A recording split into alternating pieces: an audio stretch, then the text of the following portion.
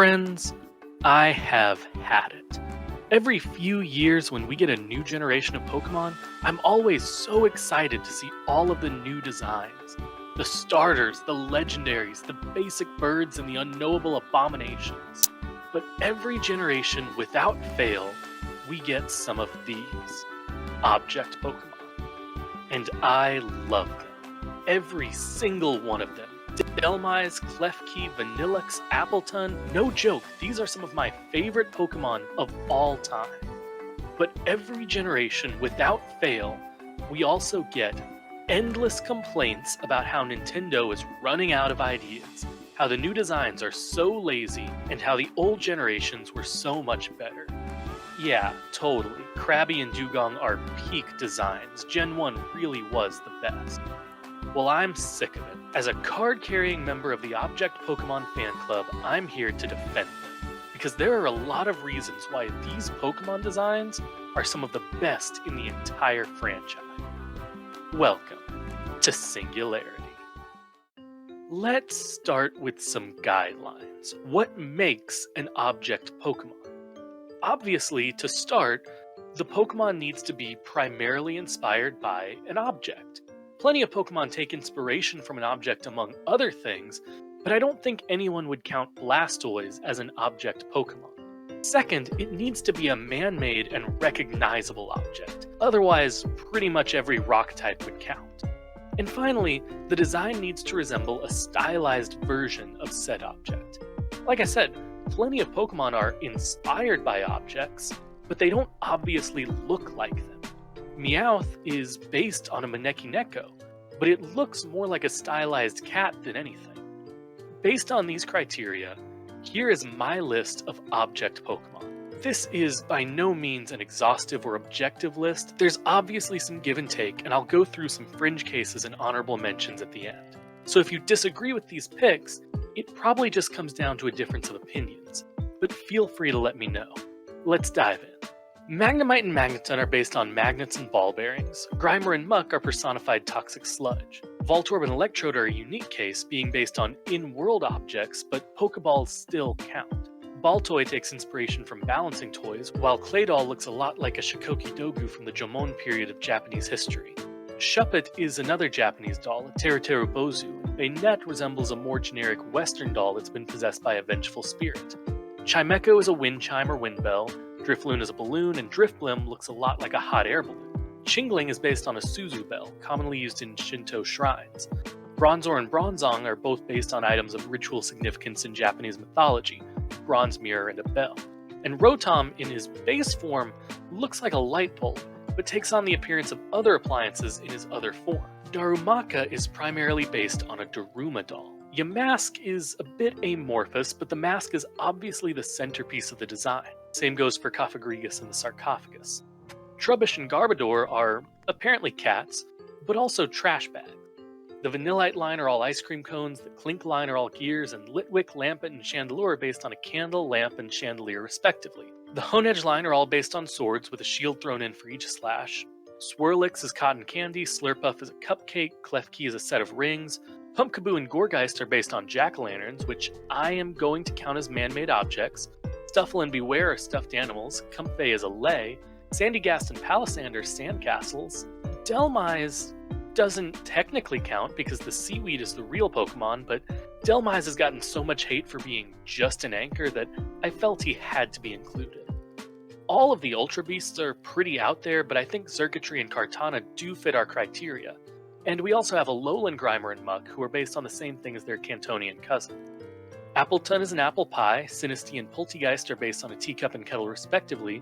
Galarian, Yamask, and Runerigus both have runestones as central points of their design, while Galarian Stunfisk is based on a bear trap. Alcremie is a cake, Stonejourner is based on Stonehenge, and Duraludon looks like a skyscraper. Hisui and Voltorb and Electrode count for the same reasons that their Cantonian cousins do, and moving to Paldea we have Varoom and Revavroom based on engines, and Tatsugiri based on sushi, specifically nigiri sushi.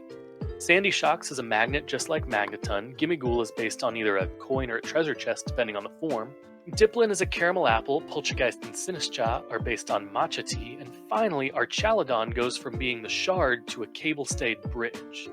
And that's all of them. But real quick, let me hit some of those fringe cases that I mentioned earlier. In my research, I stumbled onto the fact that Diglett and Dugtrio are based on the moles from Whack-A-Mole, and yeah, I can see it. Technically, that would qualify them as object Pokemon, but the fact that I didn't pick up on that for over 2 decades, I'm gonna rule that they're a bit too abstracted from that design inspiration to count.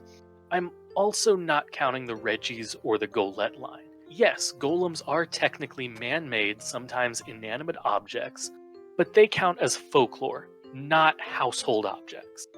Cryogonal is often considered an object Pokemon, and usually I'd agree, but lumping in a Snowflake opens the gates to Solrock, Lunatone, Geodude, maybe even Torterra.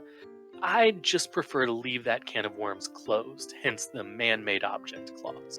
Although, something that is inarguably man-made, teddy bears, one of the main design inspirations for Teddiursa.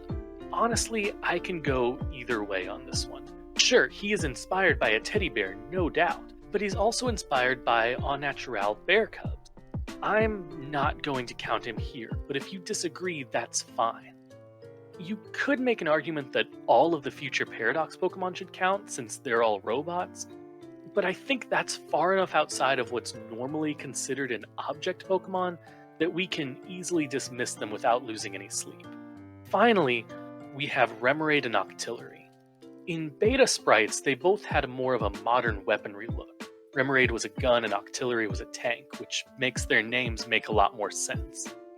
But I'm not considering them object Pokemon for 2 reasons.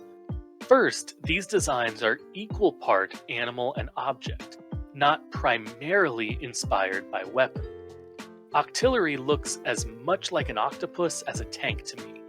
But second, and more importantly, these are the beta designs that didn't make the final cut.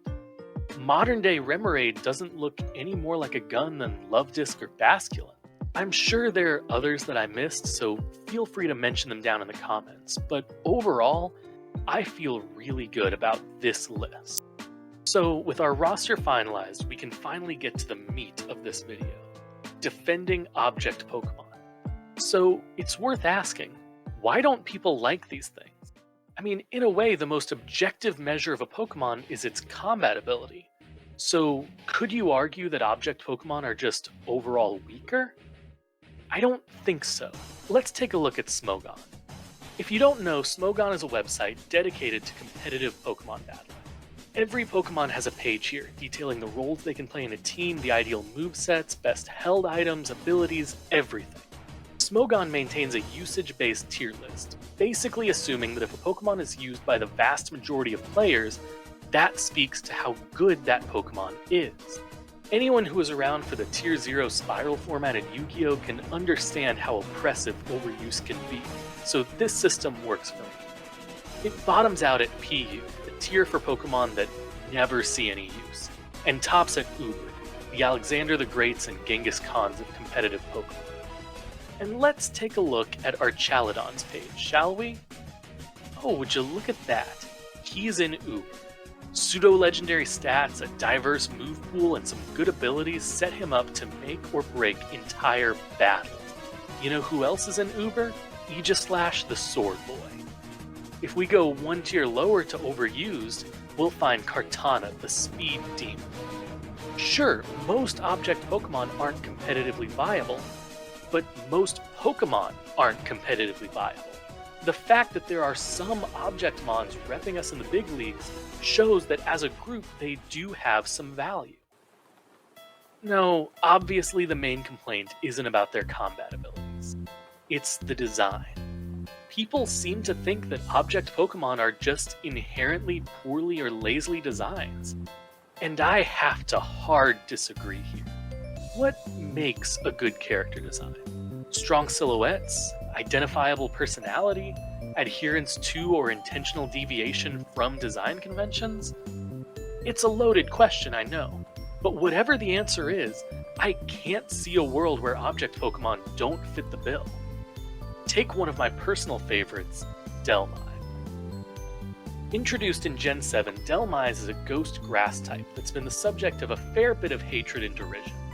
But look at it! Not only does it have a very strong silhouette, but you can see a lot of personality peeking through. The way the seaweed wraps around gives it a kind of goofy, toothy grin, and the one eye gives a almost haunted appearance, as if there's some story to how it lost the other one. The pareidolia built by the eyes and the mouth shape really says ghost type to me, but it also clearly says steel type. I mean, it's an anchor for Arceus' sake, but it's not. Again, the actual Pokemon is the seaweed wrapped around the anchor. The anchor is as much a part of its body as the leek is part of Farfetch'd. It's a beautiful inversion of your expectations, and just to add another layer to it, its ability, Ironworker, gives it stab for steel-type moves too, implying that the anchor has somehow been co-opted into its body by some supernatural force. This Pokemon is a whole intellectual journey in a single glance. You may not like Dhelmise, but calling it a lazy design when Krabby exists? I can't agree with you on that one. But we can't have this discussion without covering the veritable sin eater of object Pokemon, Klefki. I've seen so much Klefki hate over the years, and I'm sick of it, because I will not stand the slander to my beautiful Keyring child. Generation 6 of Pokemon introduced us to the first new type in 13 years, the Fairy type. And as part of that, the game designers needed to show several different concepts of what a Fairy type can be. We have the stereotypical Tinkerbell fairies like the Flabebe line, the more regal, mystical-looking fairies like Xerneas, the pink goofballs like Slurpuff, and mixed in with all of those are the tricksters, like Klefki. See, one of the ways that Fairy type is applied in Pokemon is to make it the mythology type, the type that heralds back to folklore and old wives' tales. And for centuries across multiple different cultures, people have blamed Fey tricksters or other magical beings for the loss of small objects, things like shoes, keys, or trinkets. So the designer of Klefki, Mana Ibe, combined that long-standing mythological tradition with a modern keyring for holding keys to create an impish little trickster that steals people's keys and adds them to his own collection. Now that's already a pretty interesting starting place for a Pokemon design, but you obviously need more than that. It was a stroke of genius to use the keyhole as the mouth for a face, giving him a permanent kind of vacant and lost expression. Add that to his rounded shapes and it makes, honestly, a really adorable little guy. But if you've ever seen Klefki smile, you can absolutely see the trickster that this Pokemon was intended to be. I mean, that is the exact smile of someone who's just made the worst pun of their life and is waiting for everyone else to start groaning. He can also detach his keyring into two little arms, which is just adorable. So in Klefki, you have references to historical folklore, a lot of personality, a very identifiable silhouette, and a unique overall concept. Why do people hate this thing again? I can understand if Klefki isn't your favorite design, but calling it lazy is just a slap in the face to the very talented designer who created it. Another advantage of object Pokemon is that designers get to have a lot of fun with proportions. Every good design takes proportions into account, and Pokemon is no exception. Hariyama is bottom-heavy to make him look grounded and immovable, like a proper sumo wrestler. Impidimp has noodle-like appendages and a giant bulbous head, making him look like a precocious child just toddling along, always on the verge of falling over. Greninja has a lean, athletic frame that lends to the idea of a stealthy ninja design, borrowing on accepted tropes to signify that. The only difference with object Pokemon is that you don't have a pre-existing organic body plan to work from. So, if you take something like a Chandelier, there are no arms and legs. Instead, the designers took the branches of a chandelier and turned them into flexible appendages. It takes a lot of creativity to give these inanimate objects such compelling body plan. Another great example is Varoom and Revavroom from Gen 9. These two designs are far from car engines with googly eyes stuck on them. They have a real fun and silly personality to them, with rubber hose-like animation giving them so much life. If these were just engines as Pokemon, I might agree that it's a bit lazy, but there's so much more. Varum's little rubber hose mouth gives it a kind of whiny child energy, like he's the one on the road trip asking if we're there yet. And Revavroom maintains that cartoonishness, but he looks angrier, possibly drawing inspiration from Road Rage. All of that wouldn't be possible without the really fun, out there proportions that you could just never get out of a recognizable animal design. But if you're not convinced on the merits of design, maybe science will do the job. That's right, I have scientific proof that object Pokemon are actually awesome. Jean Piaget was a Swiss psychologist, famous for his work on childhood cognitive development. His theory, which is still widely used today, posits 4 stages that all children go through: sensory motor, pre-operational, concrete operational, and formal operational. The pre-operational stage, from ages 2 to 7, is defined by play. It's the primary language that kids speak. And one aspect of this play that Piaget introduced is known as animism, or the tendency of children to assign human thoughts, emotions, and qualities to non-human objects. Their teddy bears have thoughts. Their clothes have feelings. Their toys have dreams and desires. Spend any time around young children and you'll notice this happen. I knew a kid once that counted every time they wore any article of clothing to make sure that none of them felt bad about not being worn as much. Animism is a natural instinct for kids, and it peaks around the ages of 7 to 9. And remind me again what the target audience for Pokemon games is? Kids aged 7 through 12. Kids who are in the midst of this fantastical form of play. Object Pokemon interact with younger children on a different wavelength, engaging their sense of play in a way that, quite frankly, is lost on a lot of adults. Stuffle is a perfect example of this. He's a literal stuffed animal.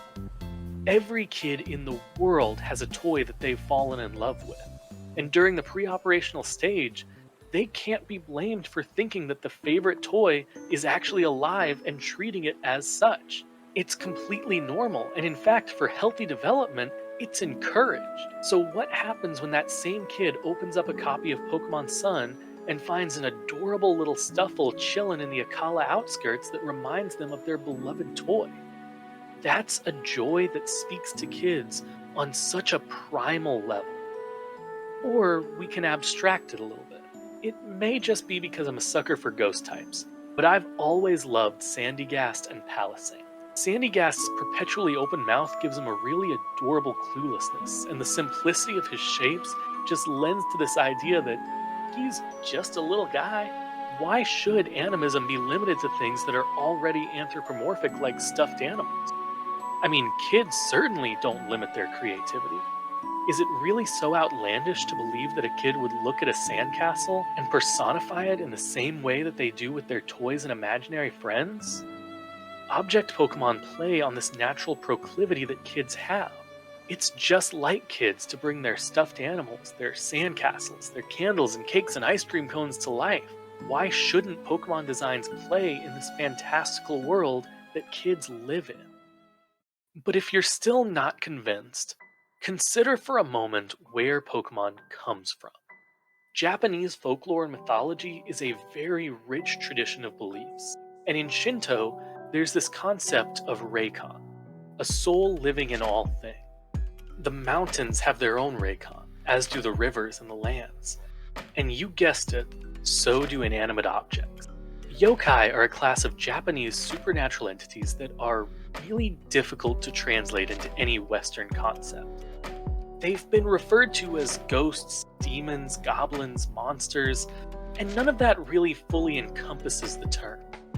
Some Japanese scholars have referred to yokai as spirits used to explain otherwise unexplainable phenomena. They range from powerful fox spirits like the kitsune to terrifying ogre-like monsters like the oni. But the specific class of yokai that I want to bring to your attention today are the Tsukumogami. According to some Japanese beliefs, if an object lasts for 100 years, it gains sentience and becomes a Tsukumogami. And this can happen to any object. Sound familiar? One of the most well-known Tsukumogami is the Chochin Obake, paper lanterns that have come to life. Now, I might not have listed them as an object Pokemon earlier, but Duskull and Dusclops are hugely inspired by the Chochinobake, and these are pretty well-loved Pokemon.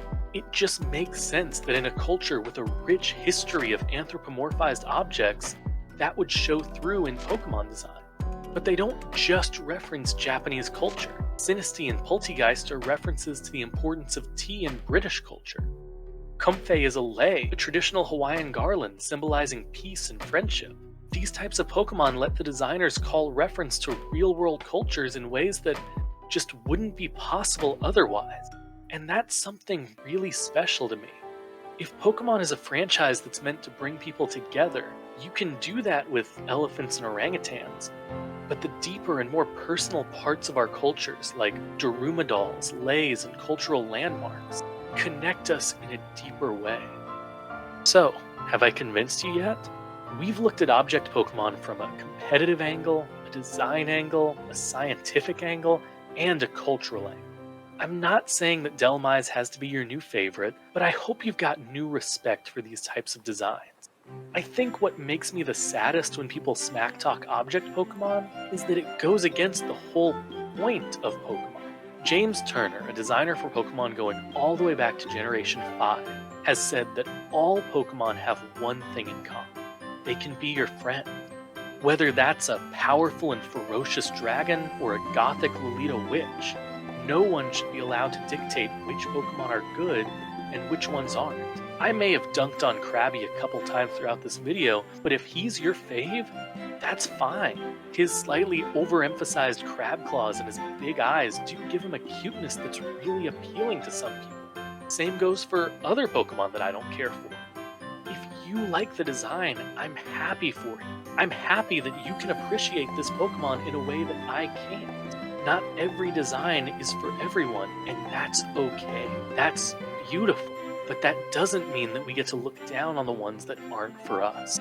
I love object Pokemon because of the fun proportions, because of the personality, because of the cultural significance.